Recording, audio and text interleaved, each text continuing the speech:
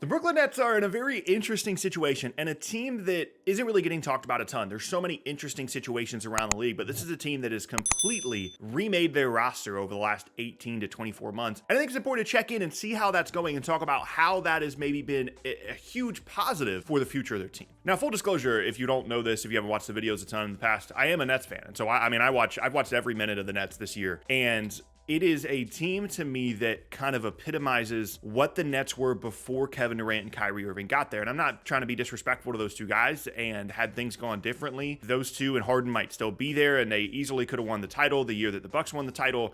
There's a lot to unpack there, right? But this kind of team that doesn't necessarily have a star, that develops its young talent well, that has some future assets, that isn't going to be a contender, but also is going to be difficult to play on a night-to-night basis, that's the kind of team that kind of set them up to be in the Kyrie Irving, Kevin Durant sweepstakes in the first place. And it makes you wonder about the future of their team being so heavily built around the fact that they traded those two guys and Harden and got stuff back, and they've now used that to try and build the future of their team. Now, obviously, some of the concerns for them still are owing future picks to Houston, including this season. They have the future Phoenix picks. They have, I think, a Dallas pick, Philadelphia, a handful of other picks and assets, but also the roster is something that needs to be discussed as well. Mikal Bridges was awesome post KD trade last year, and despite a weird start to the year, has mostly been that guy again this year. He's not as good defensively as he was in Phoenix, just because he's relied upon so much more offensively.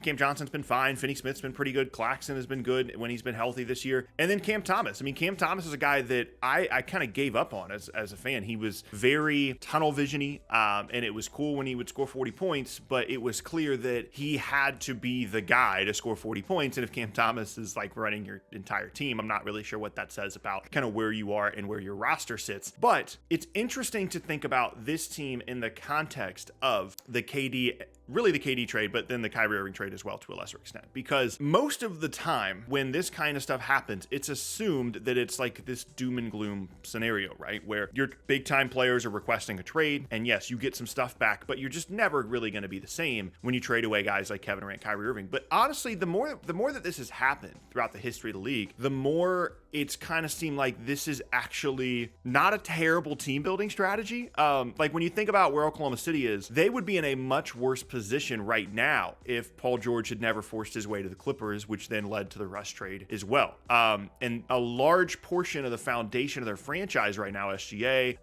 Jalen Williams, those guys came as a result of the Paul George trade. And had that not happened, had that not been forced upon them, they would have just continued to run it back and been like a middle tier playoff team. And I think in Brooklyn, there's definitely some parallels to that. There's no SGA on this team, even though Mikal Bridges is very good. They certainly didn't get as much in exchange in terms of draft picks and things like that in the KD trade as the Thunder got from the Clippers at the time. But it is interesting to think about the context of this team's future in the lens of trading away its best players and being forced to trade those guys away. And I actually think that this team does have a pretty bright future. It gets a little bit murky when you start to think about the timeline of everything, because Mikal Bridges is a little bit older than you might think. He's a little bit closer to 30 than you might think. And then, Cam Thomas is still young. They've got these future picks. And it's like, when do they really want to try and drastically and dramatically improve things, which is a big question for them. And then, of course, you've got the Ben Simmons of it all, who has been out for a while with another back injury. But at the beginning of the year, I honestly thought was like pretty solid. Like a lot of the advanced numbers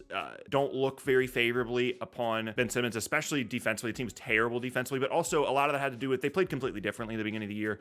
They played super small. Like Claxton was hurt, so they would have Simmons and Finney Smith start in the front court. Day'Ron Sharpe would play like 15 minutes. So offensively, they were slightly better. Defensively, they were way, way worse. But I was kind of at the point when Ben Simmons got hurt that I was envisioning him as like a legit asset for this team that they could either trade or actually, kind of be a long-term part of the team. And it's interesting that I've gotten this far into the video without even talking about Ben Simmons because of how I feel about the future of the team in terms of assets and players on the roster. And I don't really know what Simmons' future in Brooklyn's going to look like, because as of the recording of this video, he is still hurt, and that has still been an issue for him in Brooklyn, is just not playing enough games. This back injury issue has just continued to be a thing for him. And this year is the second to last year of his deal. So if he just like doesn't play the rest of the year, or like isn't that impactful, he's a gigantic expiring contract in the offseason. And there's a situation that you could definitely envision in Brooklyn where you have Mikal Bridges, who is like an ideal, star pairing. He's like the Chris Middleton, I feel like, of, star pairings, where like he can create a little bit and he can shoot and he can be really good in the mid range and he can kind of be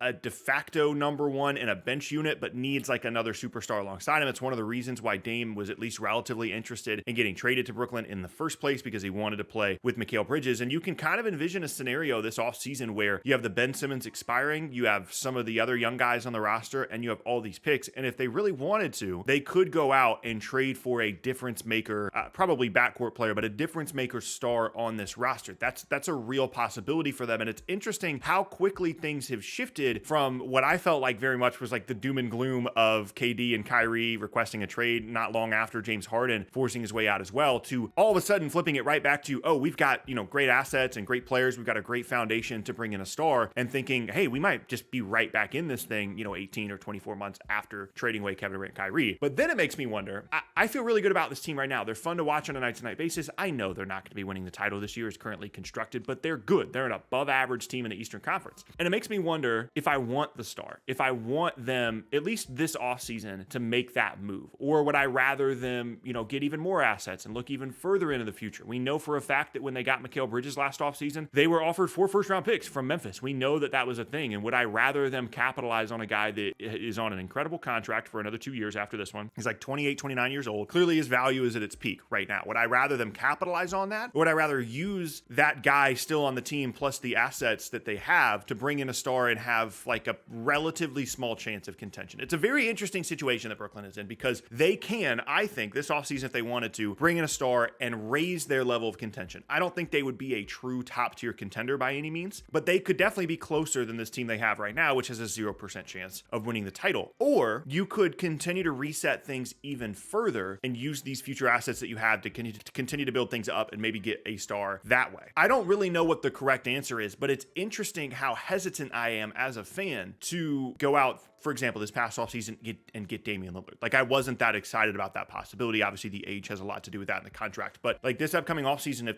unless it's someone like Donovan Mitchell or something, like unless it's someone that is like this young and growing player, I'm not that excited about the concept of going through the star thing. And I'm just kind of okay with this team that's fun to watch on a night-to-night basis that I know isn't going to win the title, but I know at any moment could make a trade or do this or that and dramatically improve, the roster or the future of the team. And it's just super interesting to me how quickly things have changed from specifically a situation that looked terrible at the time with KD and Kyrie requesting a trade to now, like certainly our future is better than when those guys were there, but I would almost argue that the present version of the team is at least only marginally worse than when they had KD and Kyrie in the first place. And this is something I've talked about before and something I'm going to continue to keep an eye on, is the concept of, if you're going to have stars on your team and continue to try and go all in like most teams do, if you end up having to trade those guys eventually and you get a lot of stuff for them, it's kind of not the end of the world. And it's honest, like obviously you have to get the stars first, but we're going to have stars on the team, potentially bringing them in free agency or whatever. And then if it doesn't work out, we're just going to trade those guys with multiple years left on their deals for a ton of stuff. It's almost the best